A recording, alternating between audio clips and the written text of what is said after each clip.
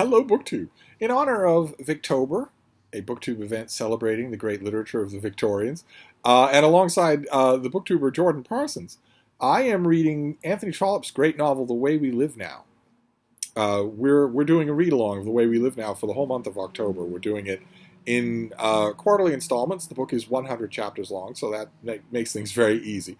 And this is a sprawling society novel that Trollope's diehard fans, especially the ones who are so accustomed to lovable English curates, did not quite know what to do with, and they didn't like it. The 21st century vernacular would say that they downvoted it. They didn't know what to do with this book because it's merciless, and most of the moral sort of anchors that you would get in other Trollope novels just aren't here. It's a large cast of characters. We're introduced to Lady Carberry, who is an impoverished widow with two children, her daughter, Hedda, and her son, Sir Felix Carberry, who is a baronet because his father was a baronet, but he's completely penniless. He's sponging off his mother, who is very nearly penniless herself, who's writing for a living. She has written a book, an awful historical book called Criminal Queens. And she has fallen in, cultivated the society of London's literary editors in an attempt to make things better for herself, to get them to soft pedal her book and give it notice, in exchange for her soft pedaling and giving notice to the books of other people that may also be unworthy.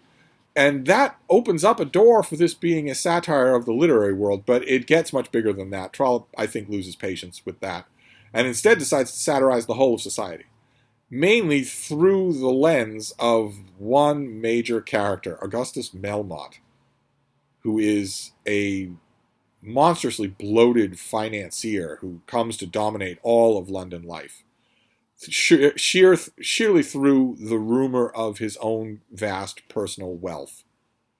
He's a speculator, and the narrator, the novel's narration, leaves very little doubt in our mind very early on in the book, long before the chapters that we're reading today, that he is a fraud, that Melmotte is a fraud, that there's very little actual money behind his facade. We are very much given that impression. But although all the characters mention it in the course of this novel, they just offhandedly mention, I hear he's a fraud. They still go along with him. They still buy into his schemes. They still let him boss them around. They flock to his dinners. They conduct a sham voting audit in Arizona. They'll do whatever it takes because they are afraid of him because of the rumors of his money. It turns out that despite his protestations that he can't show you his bottom line because his taxes have been under audit for 15 years, it turns out in the chapters that we're reading today that those rumors are almost certainly true. He is almost certainly just almost as bankrupt as the characters that he's dealing with. Two of those characters are the Longstaff family, father and son, Dolly Longstaff, Adolphus Longstaff, and his son Dolly, who have debt. A lot of debt. They are a long-standing, multi-generational landed family, but they have lots of debt. They are impecunious. They live beyond their means. They have a vast estate in the country called Caversham, but they also have a smaller country estate called Pickering Place. And the older Adolphus Longstaff is eager to sell it to Mr. Melmotte for a large amount of money that would also include the abolishing of the debts so that the place would be free and clear, and Adolphus Longstaff could pour that money into Caversham to absolve its own debts. The problem being that when it comes to Pickering Place, he needs the consent of his son. And his son, Dolly Longstaff, might be an inebriated sot and Bertie Wooster in every way, but he cares about money. He has a hard heart about him when it comes to money, and has steadfastly refused his father's urging throughout most of the book. In the chapters that we're reading today, we learned that the Longstaffs have come together, made their peace in a way. They don't seem to like each other very much. None of the characters in this book seem to like each other very much. And they've agreed to sell Pickering Place to Mr. Melmotte for a large amount of money, and in exchange for which he will absolve the debts of the place and set it back on its feet, as he tells them, just talk to my banker. And now, that's not the only thing that Melmotte has on his plate in these chapters. An American named Fisker has come to London in order to interest Mr. Melmotte in putting his name to a big venture in the New World, a railroad from California to Veracruz, New Mexico. We are given to understand very early on that the railroad is mostly speculation, that it probably doesn't exist at all, and probably never will. But it's still the best thing going, as the characters say. It causes a frenzy of speculation in London. And although Fisker has a sort of oily, commanding nature of his own, Melmotte takes over the whole of the railroad speculation and has all the shares in his hand. So that even the members of his board that meets regularly in London, very farcical scenes, very well done, have no idea how the whole thing works. They have no idea how many shares there are. They have no idea how many shares have been sold, how many are out on market. They have no idea about any of that. And one of the members of that board is Felix Carberry, the aforementioned inebriated baronet, who's utterly worthless. The narrative of the novel hates him. It gives us no room to like him at all. He is very similar to, for instance, if you remember Lady Glencora's great lost love, Burgo Fitzgerald. He's the baronet here, Felix Carberry, is very similar to Burgo Fitzgerald, except if you remember, there's a great scene where Burgo Fitzgerald, he's also a besotted, useless, handsome young man who has not a penny to his name, has no ability to make any money, is an object of despair and scorn for his whole family. But if you've read the novels with the novel that I'm thinking about, you'll remember a beautiful scene where he's met just at random by a prostitute on the streets of the city, and he's very kind to her. There is no kindness in Felix Carberry at all, and we see that because he is trying to engage himself to marry Melmotte's only child, his daughter Marie, under the natural assumption that she will be a rich heiress.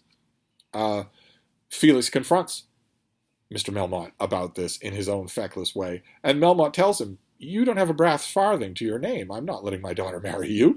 I want you to sign a letter to the effect that you will drop your suit. If you do that, I'll make sure that you're okay in business matters. I will make sure to make a man of you when it comes to the world of finance." Now, we know that Melmotte can't do that, but Felix Carberry doesn't know that, and actually signs the letter. He signs the letter to that effect. Melmotte has intentions of his own. He wants Marie to marry a lord. But Marie has come into her own self in the meantime. She thinks that Felix Carberry loves her, and she thinks she loves him. And she assures him that no matter what her father says, her father has settled money on her that only she controls. He would need her signature to do anything about it. He can't reach it himself. So that someone who marries Marie Melmotte, even without her father's agreement, will still have money. Lots of it, we're presuming. That gives Felix pause. We're going to see what comes of that. But another member of the board is a young man named Paul Montague, who is one of the only semi-reputable characters in the book. His cousin, Roger Carberry, the head of the Carberry family, the owner of Carberry Hall, a moated castle in the country, is one of the only morally pure characters in the book who's actually interesting. Lady Carberry's daughter is morally pure, but she's a simpleton and an utterly annoying dish rag of a character. Roger Carberry is different. He has a little bit of soul to him. We're told by a number of different characters that he is the soul of respectability and upright righteousness. Even his enemies say that about him. And Paul Montague is his especial friend and says that he's the most perfect man in the world. And I like Roger Carberry as a character, but he's not very interesting. Paul Montague is interesting, but oh, is he flawed, including the fact that he has largely hidden from Hedda Carberry, Lady Carberry's daughter, who he would like to marry. He's largely hidden the fact that there's a woman in his past, Mrs. Hurdle, an American, who is rumored to have shot a man and who Paul has expressed a desire to marry. He has compromised her honor. He has trifled with her affections, to use all sorts of phrases from the time. And Mrs. Hurdle makes her appearance in London, and she is a fascinating character in her own right. And Paul's not the only one being unfaithful, of course. Felix Carberry is a thoroughgoing cad. He has been pitching woo to Marie Melmotte and has received from her promise of her sole affection. But the whole time that he's been doing that, he's been diddling with the affections of a country girl named Ruby Ruggles, who is the object of affection of a country boy who is pretty likely not to like Felix Carberry. He's pretty likely to express his dislike with his fists. it's a tangle. Those two young men are on the board, and the board is getting slightly fractious. Paul Montague is slightly fractious. He's been making some money of his own, buying and selling shares of railroad stock on his own, but it's frustrating him that he doesn't know what Melmotte is doing. He doesn't know what the board is doing. He doesn't know whether or not this is completely above board. Roger Carberry, that idol of perfection, says it's of course not above board, and all the rumors about Melmotte are true. His house may be visited by people who are awed by his money, but everybody thinks that he and his family are appalling. Even the people that go and accept their hospitality know that they are appalling. One character that really tugs at your heartstrings, Georgiana Longstaff, who's a daughter of the Longstaff family. She came out to society 10 years ago. The clock is ticking on her. We may not agree with that, but that's the way things were in upper class Victorian London. There was no chance, there's no even thought that Georgiana Longstaff will ever work for a living. She knows what she has to do. She has to find a husband who can give her an establishment of her own. If she fails completely in doing that, she'll just be living off her parents until she dies. Miserable, rusticated to the country. Her parents won't let her come to the city and swan all around. They will view it as a personal failure if she doesn't find a husband. And time is running out. She's no longer, in the first blush of her youth. And when her father says, when Mr. Longstaff says, we can't afford to keep a house in town anymore, she's distraught. She realizes what's at stake and out of desperation accepts a place as a guest long-term in the house of the Melmottes, even though she has nothing but contempt for them. And she's cut by one of her old friends because of that. One of her old friends, who married well, did the exact same thing that Georgiana Longstaff wants to do, tells her, I can't know the Melmottes. If you're living with them, I can't know you. It's a beautiful, forensically horrifying scene. Of course, that old friend, she changes her tune when all of London is seeking admission to Melmotte's great ball, a dinner and a ball that he's holding for the Emperor of China. A huge society event that the tickets are going like hotcakes. And it is the apotheosis of Melmotte's grip over London. He's expecting to host the Emperor of China. He is the sole financial impresario of this great railway bubble. He is expecting to stand as a member for Parliament and get elected simply on the rumor that look, I'm really rich, okay? I'm really rich. He's expecting to win on that. He's expecting that his base will vote him into office based on that, somehow thinking that they will partake of those riches if they do, even though he is not an Englishman and has no qualifications whatsoever. So Melmotte is at the peak of his power in the chapters that we're reading today. But there are cracks. There are cracks appearing. And one of the foremost cracks, Melmotte is a swindler. He deals in speculation. He has we intuit he has very little in the way of ready money. He certainly doesn't have the piles of ready money that all London thinks he does. And that's okay. You can live like that for a long time. You can finance your name, have it in gold letters on buildings that you don't own. You can parlay that into a lot by fooling people who don't want to look at your bottom line. You can lie to people about why they can't see your bottom line. And it will work a lot of the time.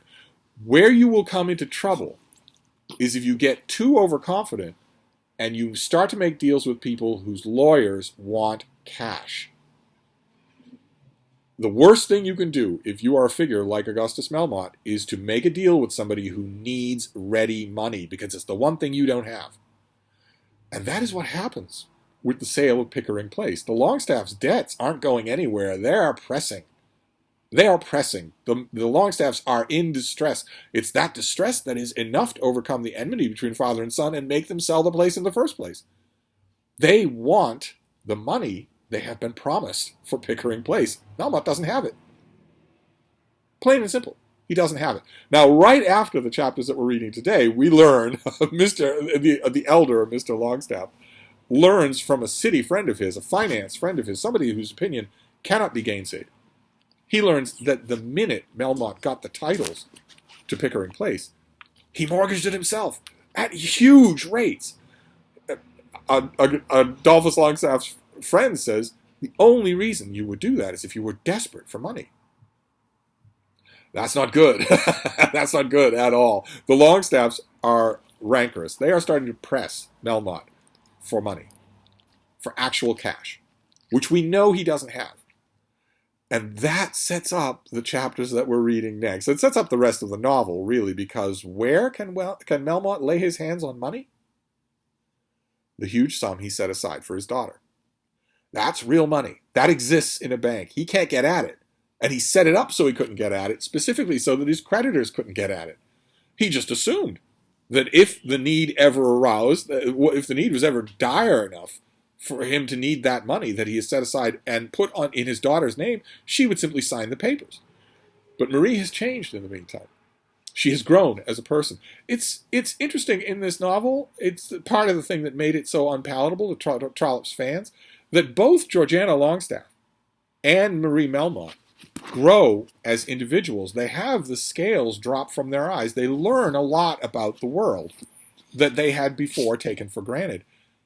But they don't ever get better. They grow as individuals. They get more complex, but they don't get more likable. They're both unlikable. They stay that way. That's weird for Trollope. And it's weird for Victorian literature. It's understandable to me that readers would be groping here and there. Okay, now that I know that Georgiana Longstaff is so miserable, I should feel sorry for her, right? No, she's still a jerk, a snob, an a-hole. All right, well, now that Marie Melmotte knows herself a little better and has a little more confidence, a little more personality, I should start to be rooting for her. No, she's a moron, a simpleton, a brute, no different than the rest of her family. And that comes to a head in the big plot development that happens in the chapters we're reading today. Because inspired by the idea that sum of money is set on Marie Melmotte alone and is in her control, and assuming that the father will warm up eventually, he's not going to disown his own daughter, Felix Carberry decides to run away with Marie Melmotte.